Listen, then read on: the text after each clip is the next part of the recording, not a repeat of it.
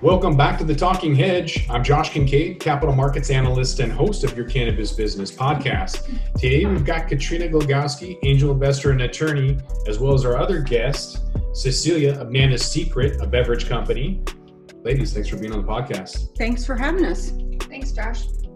So we were going to have a little discussion about your business. You're involved with soda, and so you had a license in Washington where you were in medical days, and then you moved to Nevada, and so you've got some networks from New York to Israel and all over the place, and so we've kind of come here together to provide a format to solve some issues and hopefully resolve some things that you might have. So tell us a little bit about what you got going on and how we can help.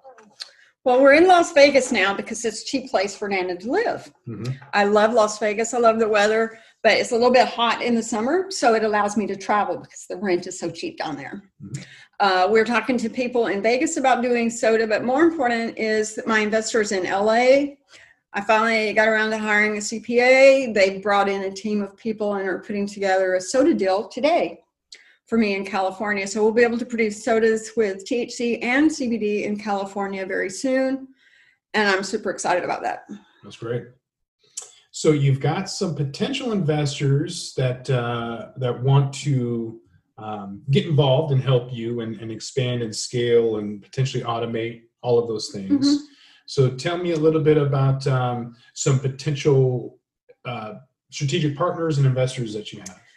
My favorite one is Michael Bowen in Florida. He is a previous employee with Donald Trump, so he knows all of the politics that we're having to deal with. But more important to me is he is a member of the National Epilepsy Association and is going to be able to help us get that little logo put on our products so we can donate to the National Epilepsy Association. Okay.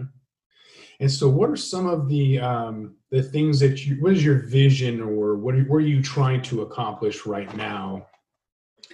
Nana's Secret Soda Shop, CBD soda shop for all of our CBD products. Mm-hmm. We're looking at licensing that, very similar to McDonald's. Okay. And you're also going to have CBD and THC beverages in regulated markets? Yes. The THC in states that allow, the CBD we can do anywhere. Mm-hmm. Okay. What are some of the roadblocks? What are issues that you're having right now? Funding, and more funding. Mm-hmm. That's kind of like the holdup in this whole industry for people. But I think a lot of it has to do with politics. The FDA still hasn't, give us a list of rules and regulations to follow. So I think that's probably the biggest holdup right there. Once the FDA gives their approval, I guess you would say, then we should be good to go.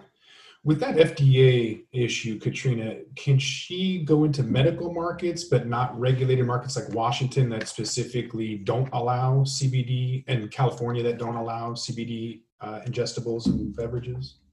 Well, Josh, this is a very touchy subject and it varies state by state, as you know. Several states have outright banned CBD consumables. Some states have said that they can be sold if they're THC derived. And so it's a very difficult market to get into, but going the dispensary route like Nana's Secret is probably the best strategy. Interesting. So what's holding you up other than financing? Well, you can only do so much in a day. Right. So it's just the time issue. Because we are kind of spread out from Washington to Vegas to California to Florida to New York. Timing is kind of an issue, mm-hmm. But I think we're doing really well now. I think we're all ready to go.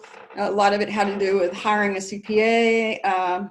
He's kind of pulled together his investors. I pulled together my investors, give them to him, and he's working out those deals for me now. Okay. What's holding up any other capital investment right now that you feel comfortable talking about? I personally could be wrong, but I feel like the holdup has been the fact that I have epilepsy. I'm not a very good credit risk, and I understand that I could drop dead tomorrow.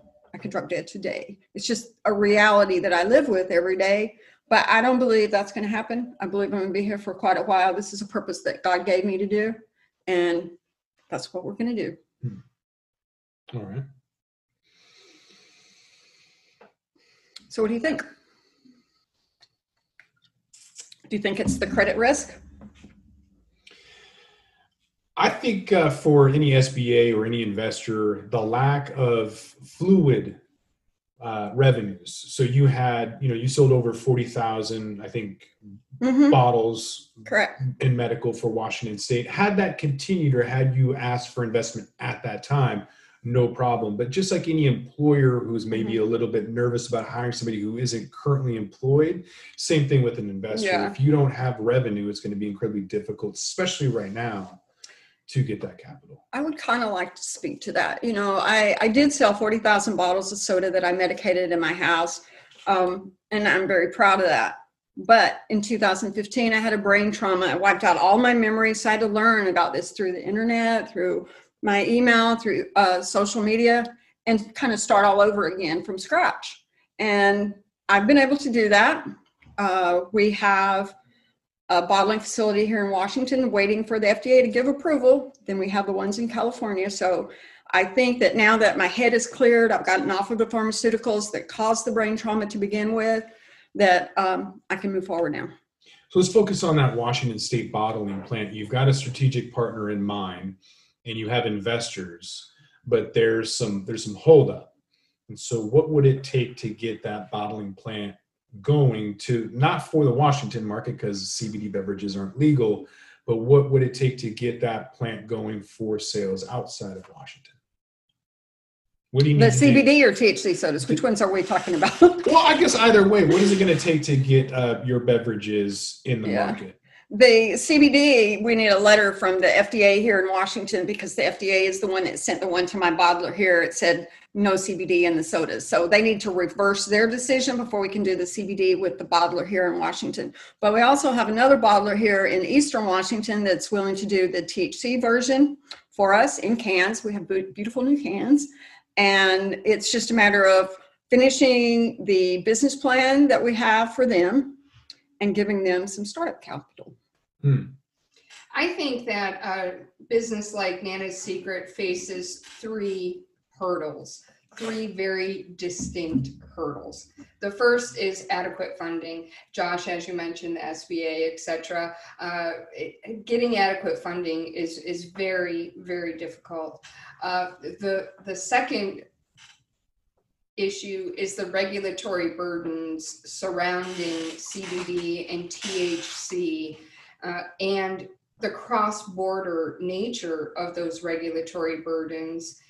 Until the FDA and the USDA and the DEA all come together and have consensus on how to regulate CBD and how to regulate THC in a national market, any product like Nana's Secret Soda is going to face a burden. And that also affects the fundability of such a business when there are regulatory hurdles that might give an investor pause. And then the third is competition. The sodas are very popular. Nana's Secret Soda was very popular when it was in the market, but there's many, many more sodas now than there used to be. And we all know that Lagunitas went into Canada, Coors Molson went into Canada, and we also know that Coca-Cola is working on a CBD beverage, again, waiting for those regulatory hurdles, just like everybody else. And so that there are three challenges that Nana's Secret Soda faces, but getting to the market early, that's the way to go. She'll be an excellent acquisition target for a company like Coca-Cola. Yeah, we've seen sodas have a smaller percentage of edible sales compared to chocolate, for example. And I think the spending $20, $25 for a beverage compared to a smaller dose, 10 milligrams of chocolates or mints or something, is more of a value add. And in Washington, we just saw Olala close its doors, a infused beverage shop, because again, if you don't have the volume, you're not going to stay in business. And at $20 a bottle, that's just something that somebody buys once, maybe 4 times a month, every Friday between the hours of 3 and 5, for example. So if you can get, you're priced down to 10 to 15 cents per milligram. So a 100 milligram bottle is only 10, maybe $15 max. That's, I think, a better price point where you're going to be able to increase your volume and stay in business long-term if you're stuck to just one market. We're trying to focus on the patients. That's why I got so excited about the gentleman down in Florida that's working with the Epilepsy Association. They have already had several discussions about the price of Nana Secret Soda and plan to keep it much lower than what you see in the market today. So I haven't been given the exact cost, but I'm told it's less than $5 a bottle. Well, that's cost though. That's not retail, correct? So hopefully, if the cost of goods sold is $5, then it can be sold for that less than $15 sweet point. But that's one of the other problems that soda in particular faces. Happy Apple and legal sodas. They were just priced way too high to be a repeat purchase. Like Josh said, one every Friday is not a repeat customer make. And so you have to address the cost of goods sold, which Josh and I, we talk about all the time, of making sure that you have the cost of goods sold low enough that you can price it effectively for a consumer. And for Nana Secret to come out of the gate trying to address the price point is wise. Mm-hmm. So how can we help? So you have a bottling shop in Eastern Washington, and you have some investors, and you have some strategic partners. How can we help? And what's holding you back from manufacturing? I would like to see you help me with getting the 502 licensing agreement finished, signed, and sodas being produced in Moxie, Washington. Okay. So do a contract for the regulated THC market. Correct. To get that contract to your strategic partner in Eastern Washington. And the guys in LA should have the business plan ready this week. And he's interested, right? He's the guy, the strategic partner in Eastern Washington. He has no problem manufacturing or private labeling for Nana Secret. His only issue is money. Is that right? Based on your brief texting? The individuals that I've spoken with out of California, they are ready to proceed once they find the correct partner. A bottling partner. And the main issue with the bottling partner is cost. And they're, again, very smart to address that. In Washington, my very brief exchanges with the individuals in Eastern Washington focus on money. You cannot have a bottling run without raw materials. And so the investors in Nana Secret Soda are giving strong thought to investing in the THC line in Eastern Washington, or focusing on the CBD line out of California, because both of them require capital and both of them require attention. So it's just, if money wasn't an object, then we could be everywhere at once, but we're going to have to start somewhere. And the question is, with THC sodas in Eastern Washington or in California with CBD? Well, the THC in California is only to be sold in California. And I would really like to get the Washington THC sodas out, because Nana's Secret is a Seattle brand, I believe, and would like to produce the products here in Seattle for the state of Washington. I kind of feel weird about producing it in California first, but I might have to do that. I don't know. Well, it'll be up to the investors where they're going to put their money, in a THC soda or in a CBD soda. Well, that's an interesting point. So, Cecilia, I want to thank you for allowing us to kind of use you as an example, because this is conversations that happen in the back office all the time for companies. And sometimes being the CEO, you don't always have that choice, and people that aren't aware of that. This is kind of giving them an inside view as a conversation between business development, a CEO, and an attorney and investor, kind of how those decisions come about. What are some roadblocks? What are you looking for? How do you develop it and create a business out of nothing? or at least restarting over, right? It's kind of hard when you have that traction, you stop and then you start again. It's basically starting over. I don't really feel like I'm having to start over because my phone has never stopped.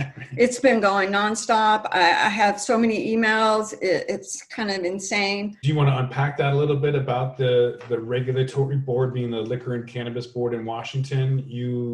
I'll let you tell the story. Sure. I was trying to sell my grow license to a group in New York that knew how to grow this plant because I don't know how to grow.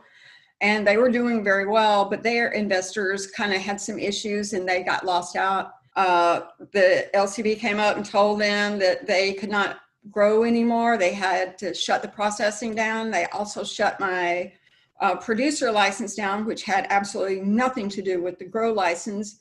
And while I was in the hospital in November 2015, my attorney, the New York guys' attorneys, and the Washington Liquor Control Board, they were all going back and forth, having a good old time, making big bucks that I never saw a penny of. I have a tax document. They sold $338,000 in 2018, and I never saw a penny of it. So you were getting off your pharmaceutical medications for your epilepsy. You were having a lot of issues. And so these investors were almost like angel investors coming in. Yes. But the lack of professionalism or compliance or just regulation and understanding collapsed the entire business, and they were kicked out, and therefore you were kicked out. Correct. In fact, I was told that if I didn't give back both of my license, that they would investigate and I would go to jail. I've been in the hospital and completely lost my memory. So I don't really understand what it was that I did during that time period that would send me to jail because I didn't do anything. So we know Agrima Botanical or ASIN Industries in Canada, they lost their license from Health Canada for selling prematurely, selling to the medical market, illicit market. And so we know you can't do that. But with Cecilia's example of being in the regulated market and trying to remain in compliance, have you heard of anything similar to that, of being essentially forced to give up your license and being kicked out? I have heard several instances of back in 2014, 2015, 2016, the LCB, the Liquor and Cannabis Board, had a penalty on the books for failing to disclose true party in interest, financial party in interest, or inaccurate disclosure, resulted in an immediate revocation of the license. This is a legacy of being one of the first states to legalize, and that has to do with they didn't want bad actors in the industry. It has since changed where it would just be a violation that would not result in automatic revocation. However, back in that time, a mere paperwork error could have resulted in revocation of the license. And I suspect, without being standing there in the room in 2015, that's what happened here, Josh. So what needs to happen for Cecilia to start producing sodas and generating some revenue? What's needed at this point? From a legal perspective, she needs to decide if she's going to start and re-enter the market with THC sodas. And if she is going to re-enter the market with THC sodas, then she needs to have a license, which she's not going to get in Washington. They're not issuing licenses anymore. So she needs a strategic partner, which she is working on.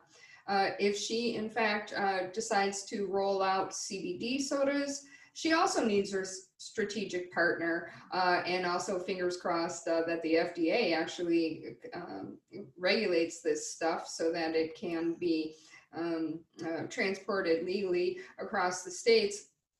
And so once that baseline decision is made, THC or CBD, then it's just a matter of compliance and getting whatever licenses she needs. Mm-hmm. And then funding it, of course.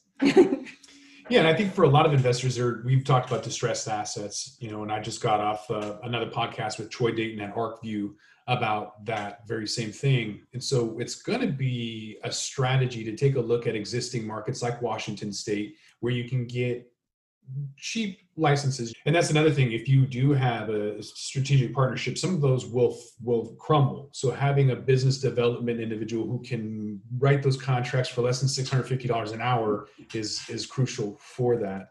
But licenses now are what, maybe 25 grand? I know I can get a license right now for free in Washington State. There's several people who aren't using them, can't sell them, can't get rid of them.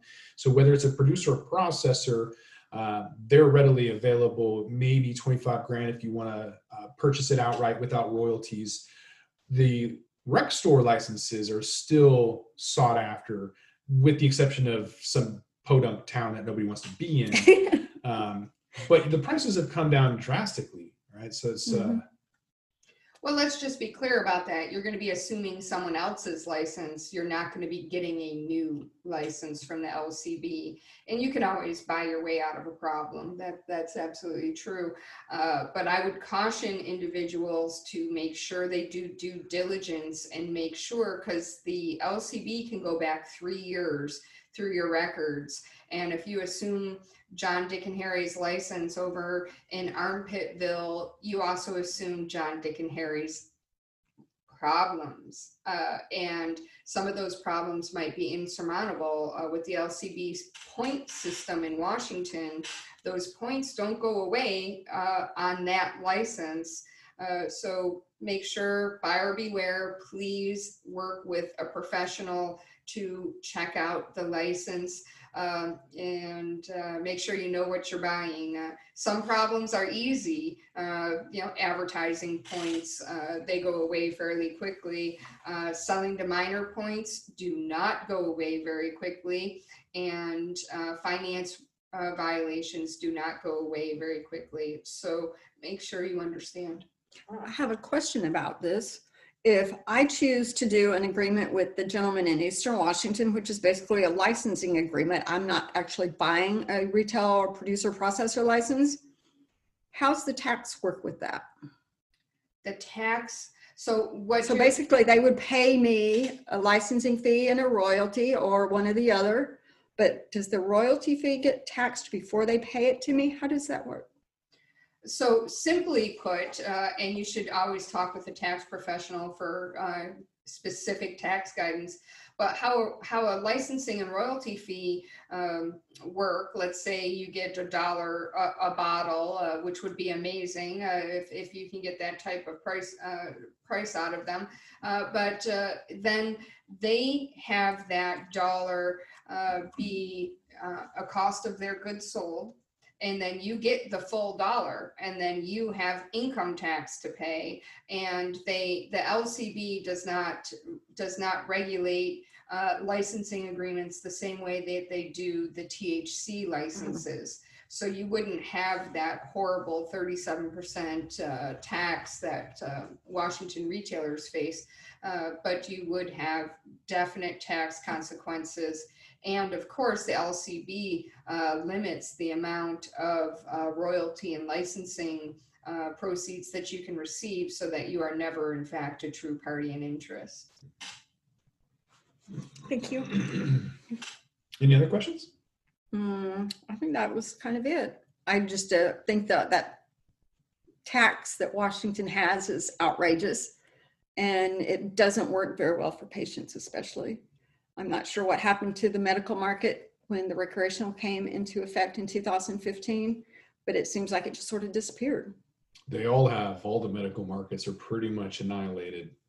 Well, there's millions of patients out there like myself who have to have this medicine every day. This is not something that we go to the store and buy for recreation. It's something that we buy every morning, take every night to stay alive.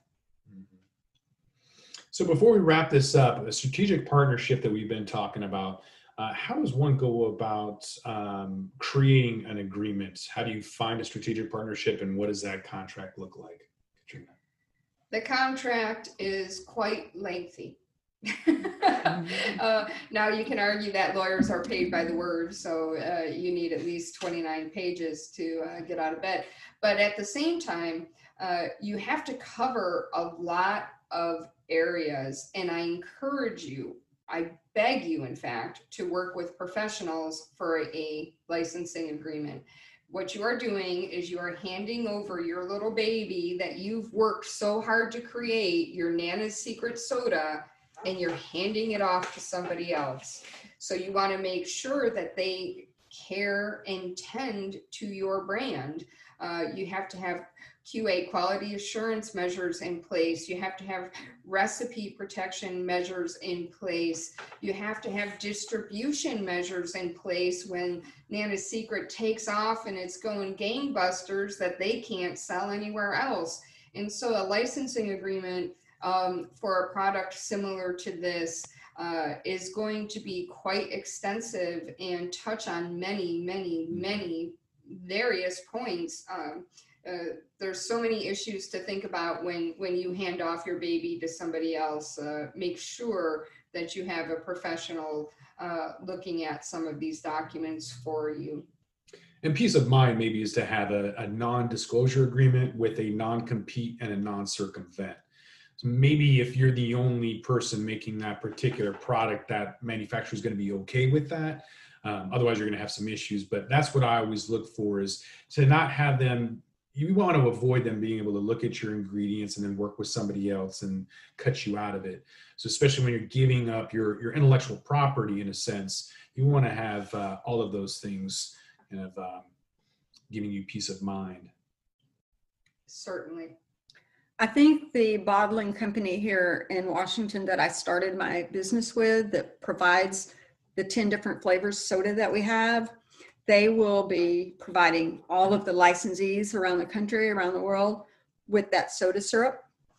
So I hope that will allow us to hold it a little bit closer to us when other people are playing with it. That is certainly the traditional soda distribution model, is to sell the syrup. Absolutely. Mm-hmm. Mm-hmm. Glad to be back in Washington. So nice to have some cool weather for a few days. Thanks for bringing us on. Really thankful to Josh and Katrina for following up with the Washington market for Nana's Secret while I was away. And I appreciate everything that they're doing for me. It's just like so overwhelming. I can't even begin to tell you how much I appreciate the both of you. Thank you. You're welcome. All right, well, with that, we're going to roll this one up. I want to thank my guests, Katrina Glogowski, angel investor and attorney in Seattle, and Cecilia with Nana's Secret Soda. Thanks for being on the podcast, ladies. Sure. Thanks for having me, Josh. Live! I'm Josh Kincaid. This is the Talking Hedge. Don't forget to like, share, and subscribe, or don't. And I'm out. Don't forget to smash that like button on your way out and check out these other videos that we've got.